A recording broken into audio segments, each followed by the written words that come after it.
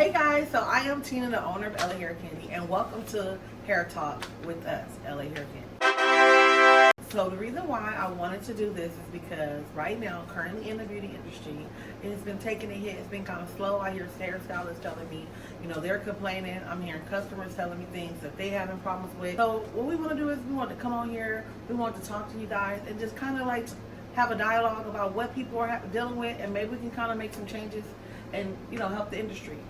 So let's talk about it. So what's today's topic? Today's topic is 5 complaints that we hear all the time. Because what you guys realize is we're the hair business, okay? So we are like the bridge between from the hairstylist and the customer. So we get the complaints on both ends. One thing I would say I hear very often is professionalism. Customers complain about the lack of that. Yeah, and I think stylists need to realize that you make the environment that your customer walks into. So if you come in, they already are forming an impression about you, and you might not even realize it's something they're thinking about, but they are, because everybody's taking in every aspect of the appointment, not just how good you did their hair. Absolutely. They are judging you from when they walk in the door, from is your area clean, are you prepared, how you looking, is your hair combed, like do you have a bonnet on? Yes, right. like they are rating you on every aspect of it. You will be surprised that because the way you look, a person will have a problem with their hair because they're assuming you're gonna make a mistake. So that's something I think is something that goes with like the professionalism. But what you guys think is the next thing that people complain about? What's the next like top thing? Time. Being on time. Yes. Starting on time. Overbooking, double booking, triple booking, no shows. Time management goes both ways. You guys want a customer to be on time. You want them to pre-book to make sure that they're going to show up. But at the same time, you're not giving the same service. Overbooking, I'm done. I ain't doing it. I will leave, keep the deposit, I'm gone. I will leave with my hair washed and blow I'm dried. done. Sitting in the chair. Don't have me come in, wash, blow dry me, because you know you're going to do a whole head just so you can say you started on me. Keep the $25 deposit.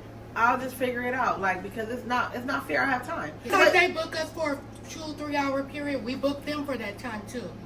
Yeah. I got something to do after this. Yeah, and I feel like there's so many stylists now that charge a late fee if you're the client, $15, $20 if you're 15 minutes late. But then why is it that you get to the appointment and you're waiting an hour plus? Like, it's a very, very long time. It's not even usually like 10 minutes, 5 minutes, and you still pay your full price at your appointment. The crazy part with that is, this is from a stylist point that I hear all the time when that happens, right? Okay. Well, don't make plans. Don't make plans to come. When you Don't see make here, other don't make appointments. no plans. Don't rush my service, and when I do, I do. I would feel like the only way we could fix that is stylists just gotta do better on their time management. You gotta communicate better, just be better. This is not gonna be a factor of people getting your chair and booking with you and keeping money in your chair. She did a and good coming job. back. I was there for 6 hours. No. I do think that you guys as customers need to communicate that you don't appreciate the time. What you think? Are you gonna get mad? I would be afraid to tell a stylist is already a little aggressive, like, girl, what time are you gonna do my hair? I think customers are afraid to express themselves. I don't want you in my hair and you mad. I'm gonna leave this one open to What you you guys. think? What you think? We're gonna put it on the table, put a comment below, and tell us how do you think that can be fixed. How do you address it? How can we address those issues to fix that Yes. when you're dealing with a hairstyle? I don't think you're gonna be able to tell me your face. Some hairstyles like that whoop your ass. Yeah. You know what I'm saying? I don't think hairstyles get a tip just because they look like they're gonna beat you up.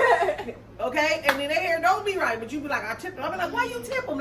I was scared. So I'm just saying, understand. So I want to hear from a stylist, and I want to hear from a customer standpoint. How you think we can fix the time? All right, guys, let's get to the next one. We're already on 2. Let's do this. What's the third thing you think that customers complain about? What you think, Kyra? Well, the number one thing I would complain about, because I do know that right now we're in the age of wigs, weaves, especially wigs. Wigs are bigger than ever before. But I feel like a lot of stylists focus on just getting the look, and they don't care about the damage your hair has to take. Yeah. So they're putting your hair in a half up, half down. They're gonna press it and straighten it, and it might be the best press ever, but your curl's not there no more. And Healthy the hair longevity care is very hair. important, but I do believe, being in this industry for 10 years and watching, healthy hair care is went out the door. Old school stylists, very on healthy hair care. These new generation, not so much. It is important though, because everybody don't want to be folks stuck with having to wear lace, right? You want to have the option. Like I could take my hair off and wear a ponytail. You know what I'm saying? I want to be able to wear a ponytail, wear a weave, wear Have some braids. edges. Yes, and you know what I mean? So it really is important that you guys do take care of what's underneath your hair. But at the same time, that goes back to you as a person. You got to take care of under your hair too when you're at home. You got to know when to stop. You got to know when to start treating your hair. You got to know to say, you know what, I can't keep going to that stylist. It's clear I might be fly mom, but I ain't got no hair. So true. And you don't want to be in your 40s, 50s, 60s, 70s bald. With no edges. And yes, now we're on number 4. What's number 4? What's another thing that you think that people are complaining about? Because you guys are the front line more too. You guys, people coming in, they're purchasing. These are faces you see when you come into LAHairCandy. I would say the additional prices, when you book for a style, they say, oh, you want crimps, you want curls, it costs us a little bit more, and it wasn't disclosed up front. That's something I hear often. So the miscellaneous fees. Miscellaneous fees. I think another thing that's really big that kind of goes hand in hand with that is tipping. Is tipping mandatory for stylists? Do you feel like it's mandatory that you should tip them? What if you don't like your hair? Do you still have to tip them? Like, those are questions that a lot of people are asking, because a lot of stylists, I get clients come in and say, oh, the total was $230, let's say. I handed her $240, she didn't give me any change. Because stylists just expect that you are tipping them. So what is that an expectation? I would be interested to hear stylists say, do you Good one, expect? good I like one, that. good Do you one. expect tips? I like Yes, that. good one. People can charge what they feel their worth is. I'm not going to do it. But some people, your prices are getting up there with what the economy is dealing with, right, for a customer. So just giving your chair, some of you guys are charging a $25 booking fee, which to me, that is your tip. Because I'm paying just to use your booking site, right, to get in your chair. Right, Then I got to pay full price. I might not have any extra. So to pay that extra just to get you that $250, because choosing you out of the other girl was maybe a $50 difference, and just choosing you was enough for me to say, just patronizing your business was my tip. You know, I think that's unfair. But I do think they do it, because I didn't hear Sally say, oh, she didn't tip. She ain't. I'm blocking her. Now you scared. She gonna beat you up. And your hair lopsided. Dang. Yeah, and how much do you guys think is enough to tip? Because I've also heard people be like $5, but that was $200. That was something. So is it the standard, like 18% gratuity, like in a restaurant? Exactly. What do you expect? What You is want the 20%? expectation? Do you expect $20 on every Well, when you go head? to a restaurant, it's 18% gratuity. Yes, 18 to 20% Yeah, supposed so to be the standard. what's the basis with tipping your I think there is hairstylist? an actual service. basis. I just don't know what the amount is. But I do think, you know, if you got it, do it. If you don't, it should be the least they paid you your price, and they're not going to negotiate. So that goes to the last thing that I feel like that we always get from hairstylists and customers is customer service. That's the biggest factor. I think that should have probably been number 1 is customer service. I think customer service go a long way. A long way. You could be a person who you have mediocre work, you're just learning, but you have a great attitude. So when people leave, they feel good with you, and they take the time to grow with you. They're gonna treat you right. And you have people, when you walk in, they look like they go mad that you booked an appointment. They're upset that you on their books. That you hear. I think that's unfair, and it goes both ways. Because I done seen stylists, even customers, walk in to purchase from us, and they mad. As soon as they walk in, they ain't got attitude, and I'm walking, I'm nervous, trying to talk to Good them morning. and sell them something, because they angry that they walked in. So it goes both ways. You have to give what you want to receive.